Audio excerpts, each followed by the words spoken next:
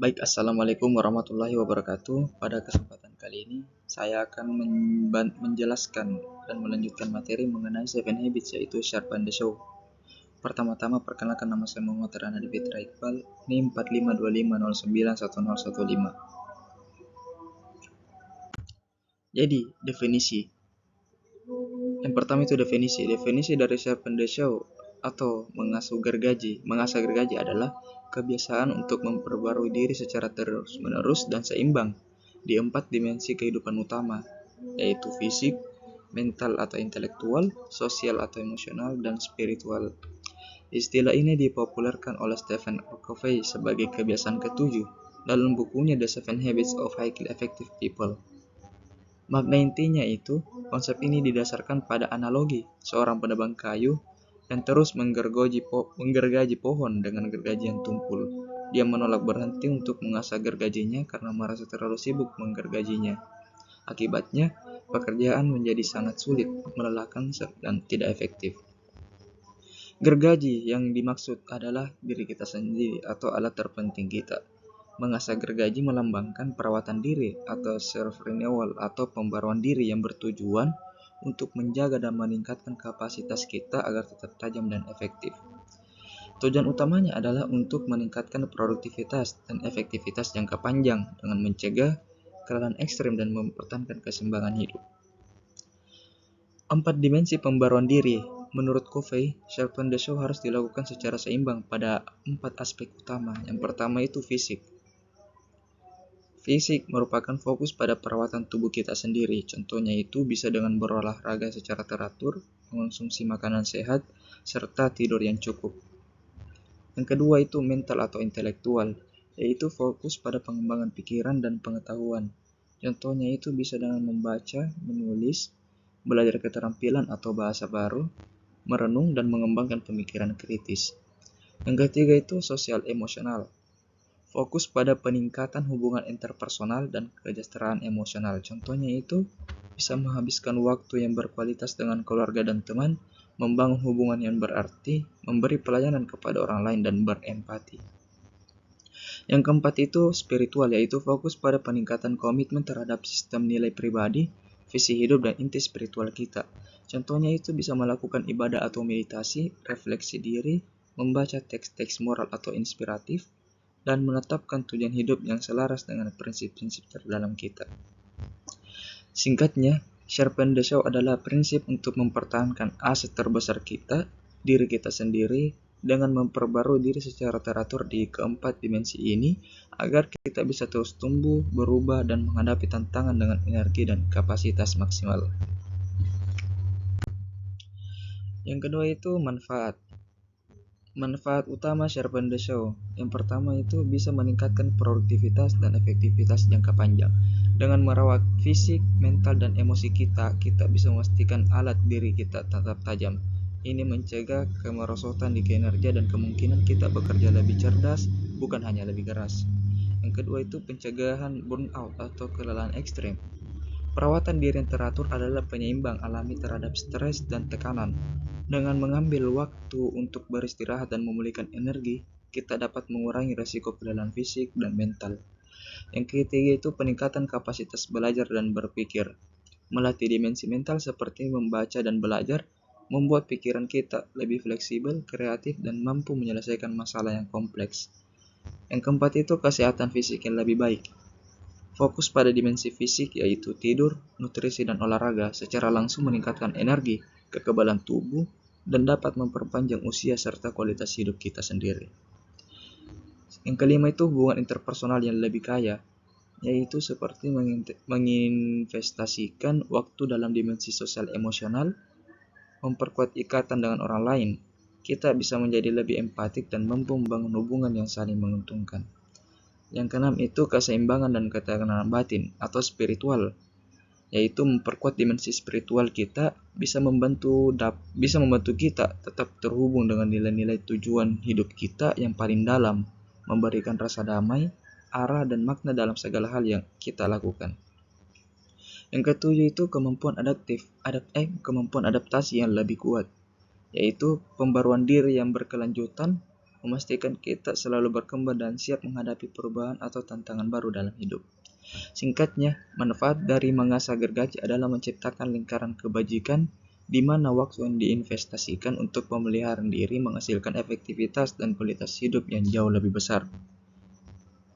Beberapa ide praktis tentang cara mengasah keempat dimensi Sharpen the Saw agar kita dapat menerapkannya dalam kehidupan sehari-hari. Dimensi fisik. Ini tentang menjaga kesehatan dan energi seperti tidur berkualitas.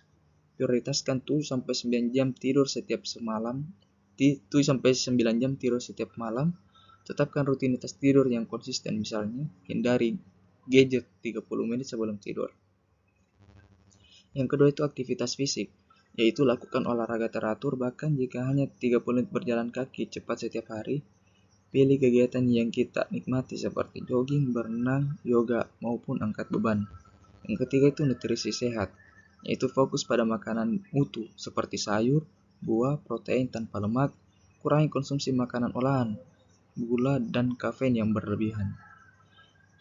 Selanjutnya dimensi mental atau intelektual, seperti membaca mendalam, yaitu dedikasikan waktu setiap hari untuk membaca buku, artikel, atau jurnal yang dapat memperluas pandangan kita, bukan hanya berita cepat. Yang kedua itu jurnal dan menulis, yaitu tuliskan pemikiran, perasaan, atau rencana kita. Menulis membantu. Ketika kita menulis, dapat membantu mengklarifikasi pikiran dan meningkatkan fokus. Yang ketiga itu belajar keterampilan baru, yaitu ikuti kursus online, belajar bahasa baru, atau pelajari alat musik tentang otak kita dengan hal-hal yang asing. Yang keempat itu batasi paparan berita negatif, seperti lakukan diet media dengan memilih sumber informasi yang konstruktif.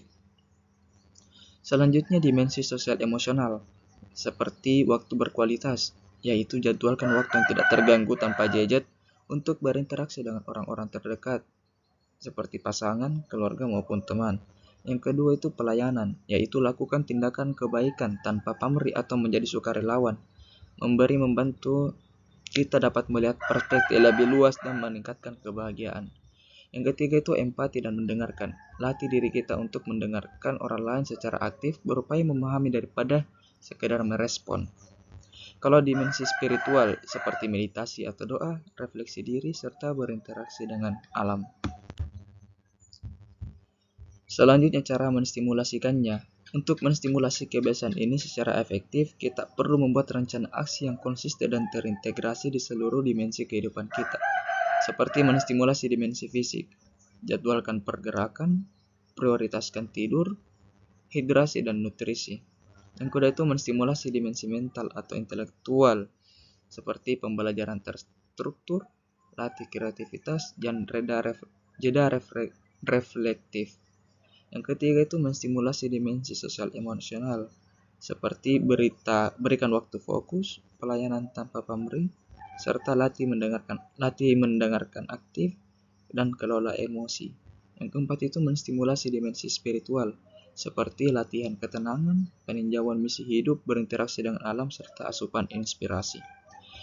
Kunci keberhasilan stimulasi harus dilakukan secara seimbang dan konsisten. Hindari fokus berlebihan hanya pada satu dimensi, misalnya hanya olahraga, sambil mengabaikan yang lain. Buat janji pada diri sendiri untuk melakukan kegiatan mengasah gergaji ini minimal 3-4 kali seminggu, dan perlakuan kegiatan ini sama pentingnya dengan janji kerja. Selanjutnya contoh perilaku atau pengaplikasiannya. Stimulasi dimensi fisik. Anggota Polri memerlukan kondisi fisik prima untuk tugas operasional dan keamanan. Seperti latihan fisik terprogram, seperti selain latihan rutin, adakan program latihan kebugaran khusus yang berfokus pada daya tahan, misalnya lari jarak jauh, kekuatan, atau fleksibilitas. Ini penting untuk menghadapi situasi lapangan yang tidak terduga.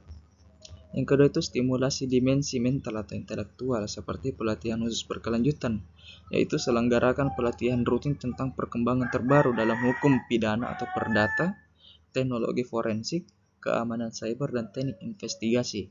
Ini memastikan ilmu dan keterampilan tetap mutakhir. Yang ketiga itu stimulasi dimensi sosial emosional.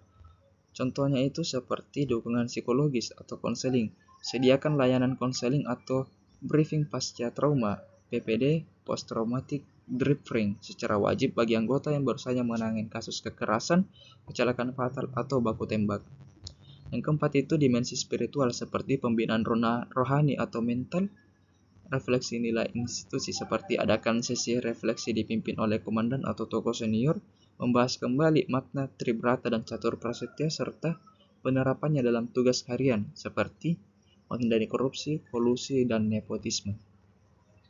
Dengan menstimulasi keempat dimensi ini secara seimbang, Polri dapat memastikan anggotanya tetap profesional, berintegritas tinggi, memiliki kesiapan fisik prima, dan mampu bertahan atau resilient menghadapi tekanan tugas sehingga pelayanan kepada masyarakat tetap menjadi optimal. Baik, itu saja yang dapat saya sampaikan, kurang lebihnya mohon dimaafkan. Wabillahi taufiq wal hidayah. Wassalamualaikum warahmatullahi wabarakatuh.